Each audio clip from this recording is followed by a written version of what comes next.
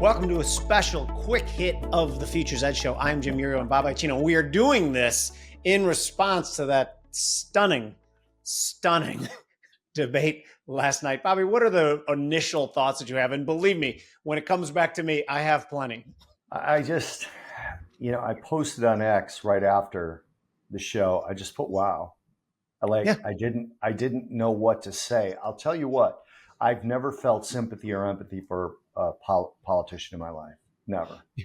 And having had a father that suffered from dementia and passed away from complications because of it, I was literally saddened watching that.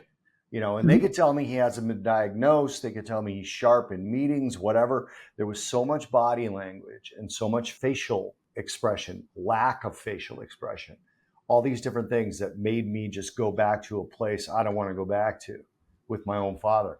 That to me was elder abuse. It was horrible. Yeah. And you've seen it, the dominant narrative right now from the left-leaning media, I don't like the gloating from the right at all right now. I really don't. Me neither. Because it's sad. Yeah. But the left-leaning media response is one of two things. Either more gaslighting. Well, I don't know what that was. He's sharp in meetings. You saw him at the State of the Union. Or people saying, well, what do you think of Gavin Newsom? Why is Kamala Harris polling so low? It's like, are you guys just learning this? Like, you guys are around him all the time. Yeah.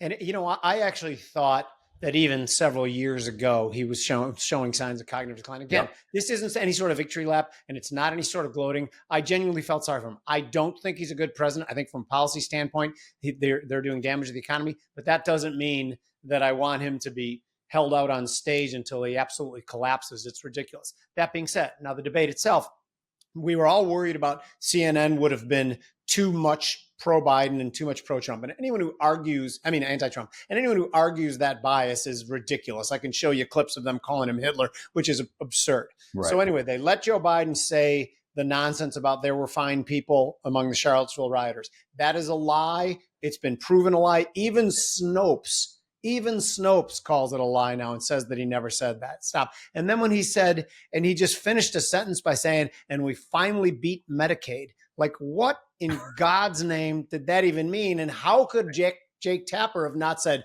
excuse me, Mr. President, what in the hell are you talking about? Do you have any response to that?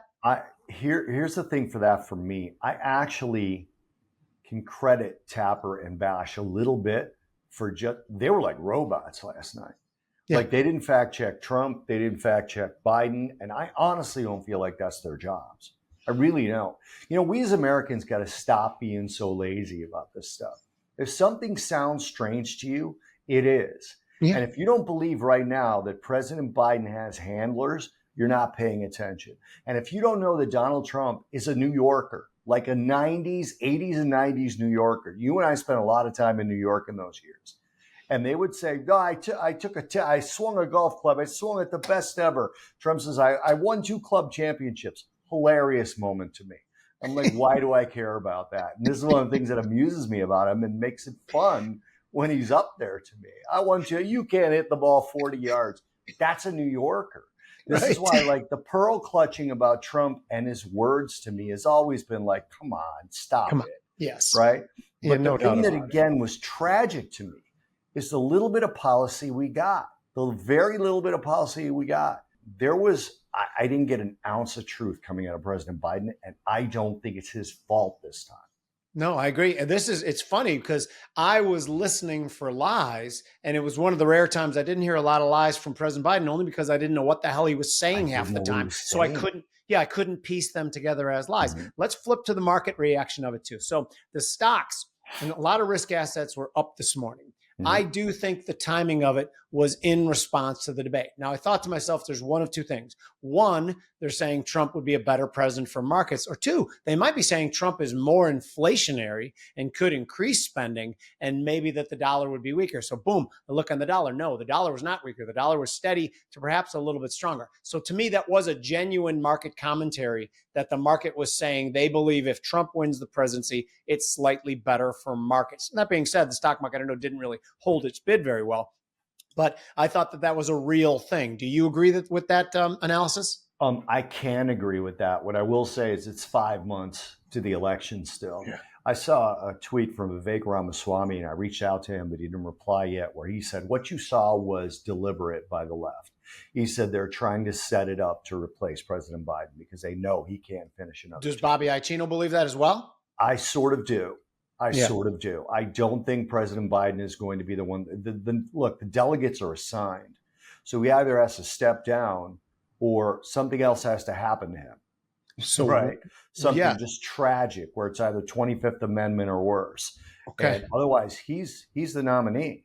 The delegates are assigned, and they need him to be gone to go for an open convention. Now, from the perspective of the markets, a lot of people text me this morning saying they're going to fully price in Trump as president right now, which I do believe would be a rally. I do, because he will start slashing regulations again. And that's going to be good for business. He is a better pro-business president. But if you look at the two best performing markets happen with a Democratic president and a Republican Congress. That's first. And a Republican president and a Republican Congress is second. And something's being said there.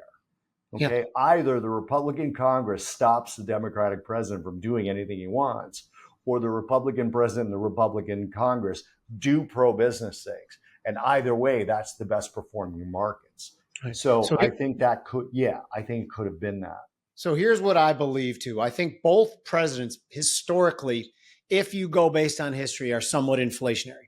But I think with President Biden, it's more of a stagflation scenario because it is an increased regulation, get all these companies to bow the knee and swear fealty, whereas Trump does give more power to the companies, tries to reduce regulation. It didn't go great last time, but it's trying to reduce regulation and failing is still a lot better than being someone who increases regulation a lot. So I think of these two choices, which I don't think are great choices, either one, I would any day rather have the pro-business one. Do you agree?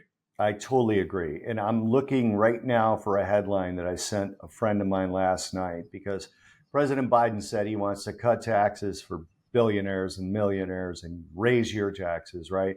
And a friend of mine said, see, that's not a lie, because I was obviously saying that Biden is lying here, Biden is lying here. I don't subscribe to New York Times, but here's a headline from 2019. I don't know if you guys can see this. I can't. What's it say? Make it so you can see it. I'll just read it. Face it, you probably got a tax cut. The 2017 law cut taxes for most Americans, and most Americans don't buy it. 2019 New York Times, which is clearly a very right-leaning conservative newspaper, right? That's a joke. He did do it. This is the first time we were ever able to gauge a president's performance on policy before with a president's performance on policy now. I don't know if there's ever been a former president debating a current president before, right? Not in the modern era. No. This is truly, truly amazing. Okay, for more content like this, please tune into our show, Future's Edge. We drop it every Monday. We have one episode a week. Thank you guys for joining us. I'm Jim Uriel. That's Bobby Icino.